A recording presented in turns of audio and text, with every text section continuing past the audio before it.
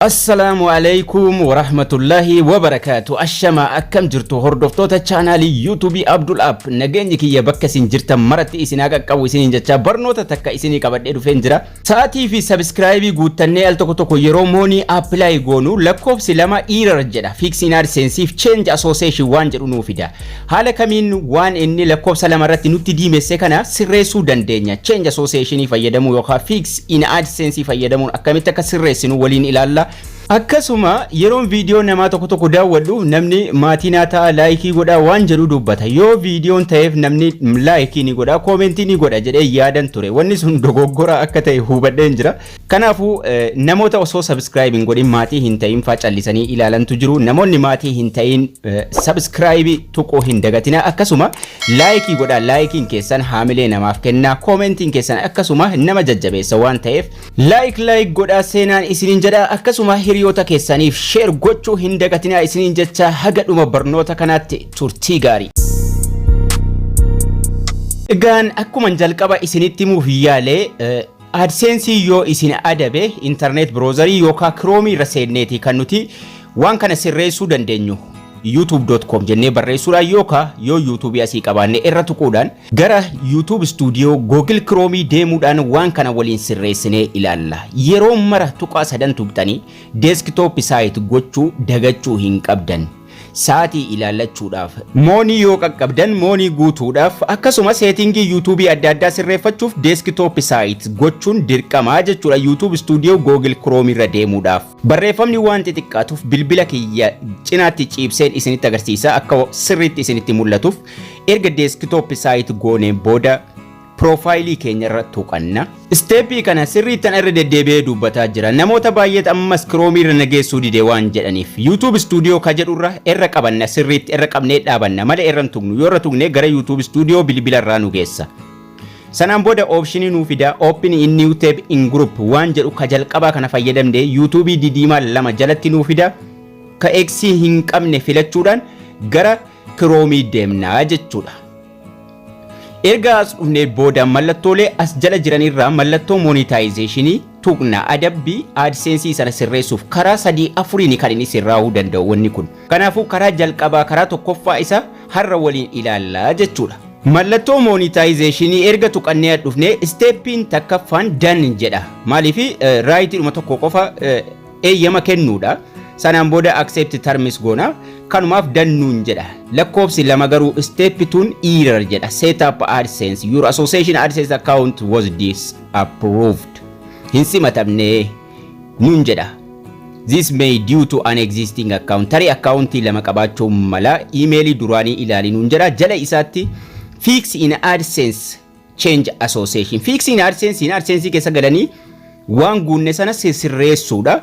Change association immoo emailii jijjiiruudha. Haa ta'u har'a kan jalqabaa kana irratti kan nuti waliin ilaallu filannoo isa jalqabaa change associationiidhaan try goona. Maaliif lakkoofsa 3 paused ta'ee jira monetization jechuudha. Change association kanarra tuqachuudhaan sirreessina. Change association yeroo tuqnu si ta'uu nu mirkaneessii nuun jedha. Barnoota kanaan wal qabate duraan barsiiseen jira.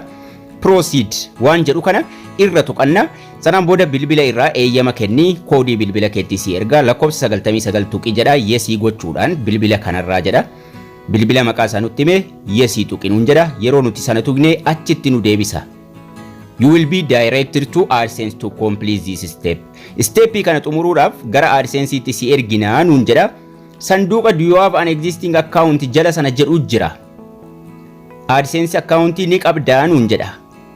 Ni qabna banannee jirra. Garuu xiyya sana tuquudhaan sanduuqa sana keessa tuquudhaan filannoo 3 jira. Yes, I have an existing account. Accountii nin qaba eeyyeen. Kalammaffaa no, I don't have an existing account. Hin qabu gonkuma. I don't know. I don't know ka jedhu filanna har'a. Hin beeku qabaachuuf dhiisuu kiyya hin beeku waan jedhu. Sanaan booda jala isaatti continue waan jedhu tokko jira. Continue sana yeroo tuqne eessa nu geessa gara AdSense nu geesse. AdSense irra nu geessuun dura emailii nu filachiisa. Sanaan booda gara AdSense nu geessa. Continue haa tuqnu. Continue yeroo tuqne emailii nu fidee emailii adda addaa filadhu nuun jedha. Emailii kan YouTube sanarra filannaa jechuudha ka dura ittiin banannee iirarii nurratti ta'e. Iimeelii sana tuqna. Yeroo tuqnee gara AdSense nu geesse yoo ittiin guutamee jiraate eeyyeen guutamee jira. Waan nuti guuttanne mara fidee nutti agarsiisa. Waan nuti gaafa moonii guuttannu irratti barreeffannee jechuudha. Biyyi keenya eessa akka ta'e adreesni keenya maal akka ta'e. Sanaan booda dhuma isaarra accept association jira. Accept association goonaa jechuudha. Accept association ka jedhu kana tuqna. Yeroo nuti sana tuqne gara eessaatti nu deebisa gara YouTube'itti deebisee redirect nu godha. We are redirecting you to YouTube where you can continue your setup and start using AdSense. Ofuma isaatiif nu deebisa redirect tuqne dhiifannee rakkina takka hin qabu ni eegna gara YouTube'itti nu deebisee lakkoofsi lama duraan iirarii ture amma maal ta'a in progress nuun jedha jechuudha.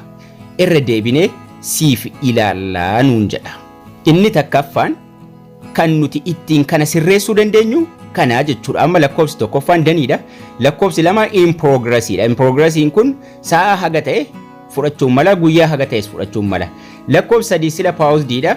Amma garuu not started hin eegalamne. Maaliif lakkoofsi lama in progressiidha jechuudha. Ilaalamuutti jira jechuudha.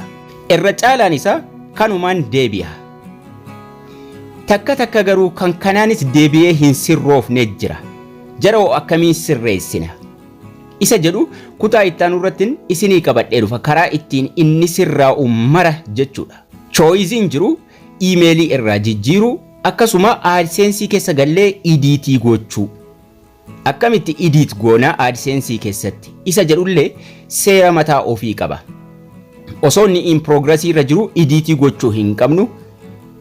Change associations osoo hin godhin edit gochuu hin qabnu. Kanaafuu barnoota isaa bal'inaan kutaa ittaanu irrattan isinii qabadhee dhufa. Haala kanaan kan isin iirarii lakkoofsa lamarratti isin adabe kan isin irra deebitanii sirreessuu qabdan. Namoonni moonii guuttanii isin adabee lakkoofsi lama isin adabee isin rakkisaa jiru jalqaba steppii kanaan haalan amma itti guute kanaan kan isin hojjechuu qabdan. Yoo edit isin gochisiisa edit gochuudha yoo isin gochisiisuu dide garuu accept association uma sanaan achirra darbuu qabdu. Akkas gootanii naan garuu yoo isin simachuu dide koomentii jalatti na beeksisaan isiniin jedha barnoota ittaanuun immoo akkamitti akka iimeelii irraa jijjiirru. Kana jechuun yoo seera YouTube cabsitanii yookaan immoo dogoggora ta'een in progressiin kun ammallee deebi'ee diimate akkamitti akka sirreessinu kutaa lammaffaa isaa isinii qabadheen dhufa. Egaan barnoonni keenya har'aas kana fakkaata akka isin irraa barattan abdii guddaan qaba. Laayikii, koomentii, sheerii hiriyoota keessaniif gochuu hin dagatinaa isiniin jecha haga barnoota kutaa ittaanu walitti deebinutti turtii gaarii nagayaan tura.